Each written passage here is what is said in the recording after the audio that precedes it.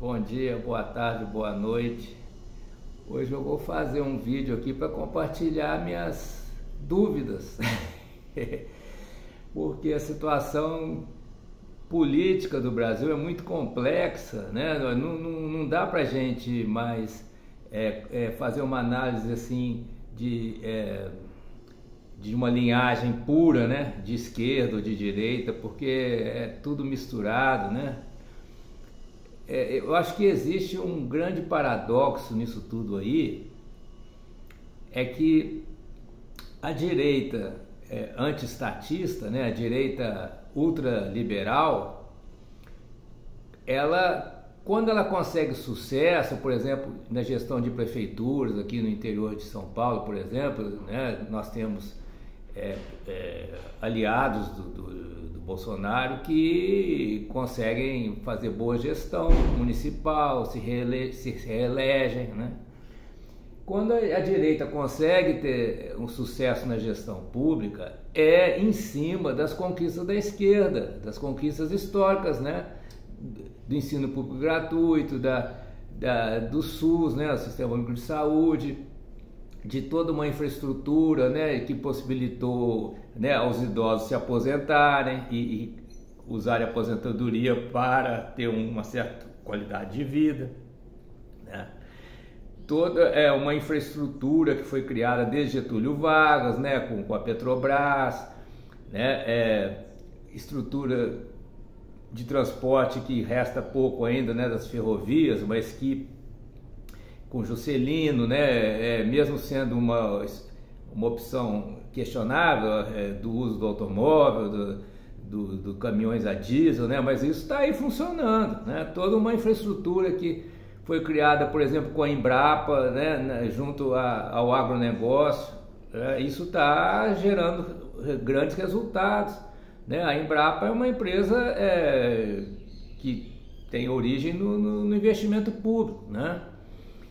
O trabalho das universidades junto à comunidade, junto, né, aos setores da economia, né? Então, a gente vê que nós temos uma situação assim, que eu diria paradoxal, né? Que a população não reconhece as conquistas históricas da esquerda, né? Essas conquistas são apropriadas pela direita, por políticos de perfil de direita, mas esses políticos, na prática, eles mantêm essas conquistas sociais, né, que se originaram da esquerda ou dos desenvolvimentistas, né, que historicamente estão ligados com a esquerda. E, né, quando nós temos uma situação como a Argentina ou mesmo os Estados Unidos, em que a direita chega no poder e faz o que ela quer, gera um caos social, né? Gera, né, o desmonte dessas estruturas estatais que possibilitam o bem-estar social relativo. Quando a direita desmonta isso, né, aí que as pessoas percebem, né, o que elas tinham, né? Então, se a gente olhar no interior do Brasil, nós vemos vários pequenos municípios ou cidades de porte médio que têm uma qualidade de vida bem razoável em cima dessas conquistas sociais que vêm desde Getúlio Vargas, né, passando, né, pelos governos trabalhistas, né, e depois mesmo, né, com a ditadura militar, né, foram resgatadas essas o plano de metas, né, de Juscelino, em que possibilita, né, com a gestão do Delfim na economia, se gerou o chamado milagre econômico, que foi um período de grande crescimento da economia brasileira. Depois, com a redemocratização e a Constituição de 1988, né, se consolidou, essas pequenas conquistas se consolidaram. Isso é a base da sobrevivência de milhões de pessoas no Brasil inteiro, né? Quando se desmonta isso, como acontece na Argentina, aí as pessoas percebem que elas tinham que não valorizavam, né? Mas por que elas não valorizam, né? Aí que é um fenômeno muito complexo que a gente precisa entender melhor, né? o Gessé Souza tem um livro sobre isso, né? O Pobre de Direito. Eu não tenho uma fórmula mágica, mas o que a gente pode ver é o seguinte, que a grande maioria das pessoas no interior do país, né, elas já usufruem dessa situação, né? Inclusive o próprio agronegócio, que cresceu em cima de verbas públicas, né? Empréstimos do Banco do Brasil, do BNDES, né? de incentivos, isenções fiscais, né? Exportações facilitadas, as agências fiscalizadoras fechando os olhos para o uso de agrotóxicos, né? Grilagem, né? Tudo isso aí gerou um negócio lucrativo, né? E a gente não está notando, mas o que está acontecendo também no interior do Brasil é que os chineses estão comprando muitas empresas e eles escolhem a dedo, eles escolhem empresas que têm potencial, né? Então aqui na região que eu moro tem a parte da celulose, que era da Duratex, que foi comprada. Os chineses estão comprando usinas de álcool porque é energia renovável, né? Eles já dominam o mercado da energia solar, né? Eles já têm parte da CPFL que foi privatizada, que eles compraram e por aí afora, né? Então, existe uma série de coisas que funcionam, né? Aqui no interior do Brasil, né, praticamente a gente tem uma elite que tem poder econômico e uma grande massa de pessoas que servem essa elite, né? São servidores, né? E por isso que a área de serviços é que mais cresce no Brasil, porque nós temos, né, uma massa de gente servindo essa elite que tem o poder econômico.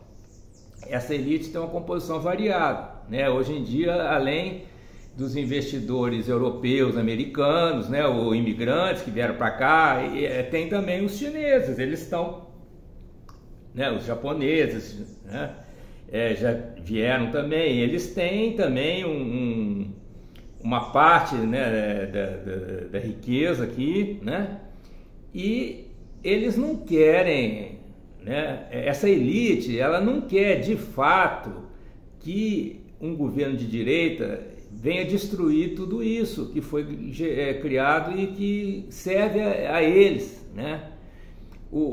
E a boa parte dos trabalhadores, eles estão contentes em prestar serviços para essa elite, né? E nós temos um relativo bem-estar social, então essa é uma situação perfeita para o chamado centrão, né? O que é o centrão, né? São políticos oportunistas que capitalizam em cima das conquistas históricas da esquerda. A gente nunca pode esquecer isso, né? O centrão, ele não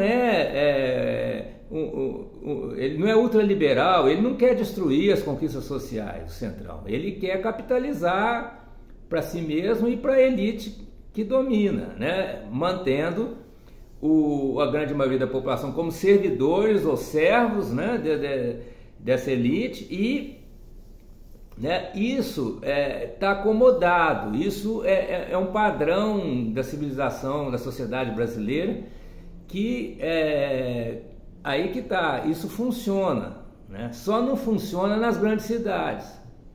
Por que não funciona nas grandes cidades? Porque nós temos uma massa de trabalhadores atraído na era da industrialização, né? E depois muitas dessas indústrias faliram, fecharam e, né, que se criou então essas grandes, foram criadas grandes bairros, né, de periféricos que não têm acesso a toda essas conquistas históricas da esquerda, né? Então, como se diz, o Estado está ausente nas comunidades, né?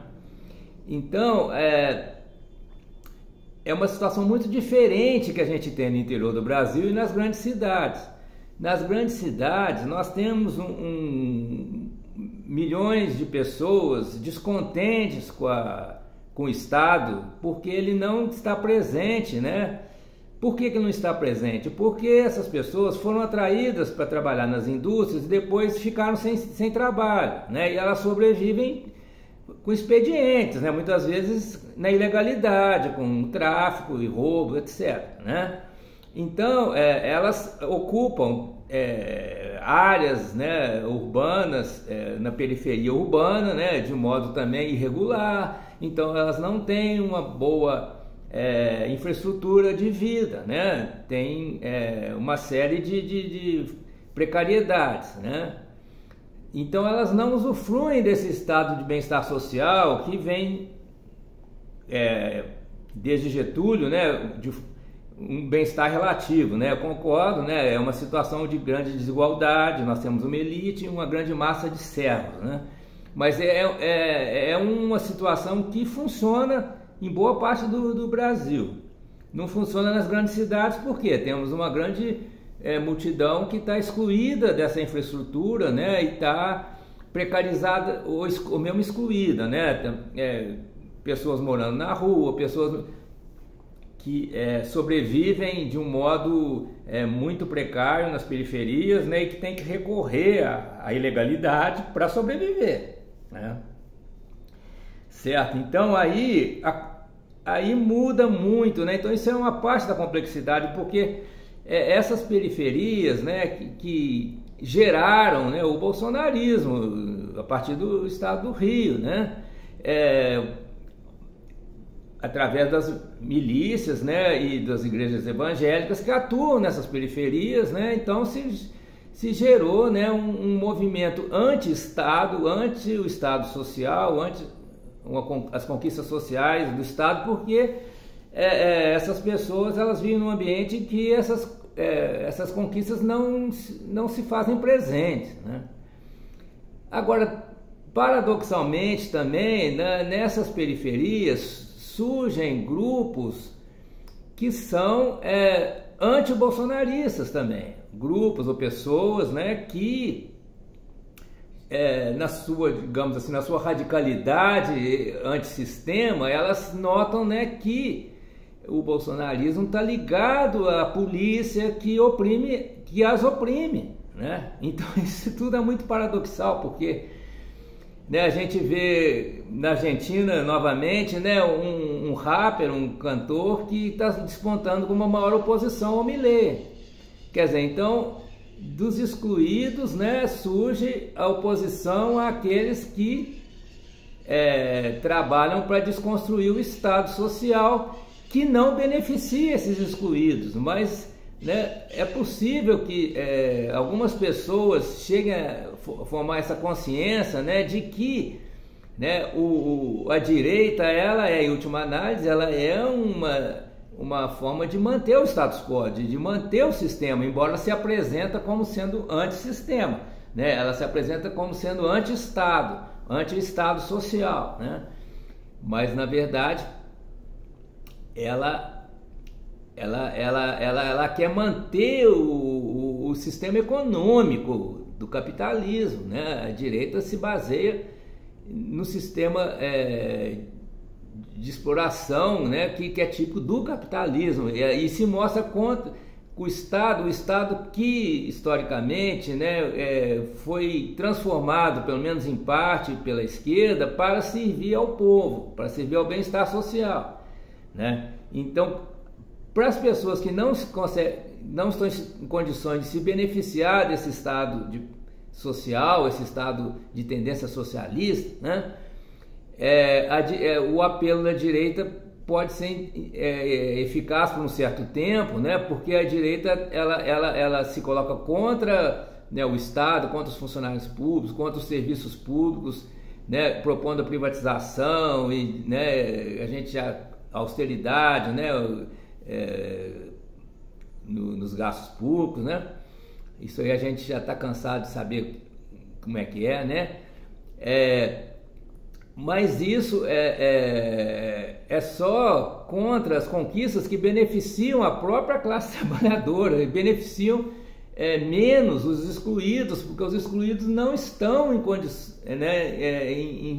regiões do país em que essa infraestrutura social foi construída, né? Então, no alto de um morro que não não foi urbanizado propriamente, né? Foi ocupado, né? Nós não temos esses benefícios, essa infraestrutura, né, mínima que a gente tem em outras partes do país, né? Então a pessoa está excluída e ela fica contra o Estado porque o Estado não as beneficia. Mas ela vota em alguém que quer também destruir esse Estado, mas para manter a desigualdade, a exploração, manter o capitalismo, né? Mas algumas pessoas, aí uma minoria pelo menos, começa a perceber, né, que o problema não é o Estado, né? O Estado, ele entrou historicamente como um meio, né, de se diminuir o tamanho do problema, né, da desigualdade. O Estado como distribuidor de renda, como gerador de infraestrutura social, como impulsionador ou incentivador de atividades econômicas que geram emprego, geram renda, né? O Estado desenvolvimentista, né, ele vem para diminuir, né, a desigualdade social, diminuir o aspecto desumanizador do capitalismo, né? Ele reduz isso. Então é possível que algumas pessoas dessas periferias excluídas, né, elas percebam que a direita ela é contra esse Estado, mas ela é a favor do sistema capitalista, né?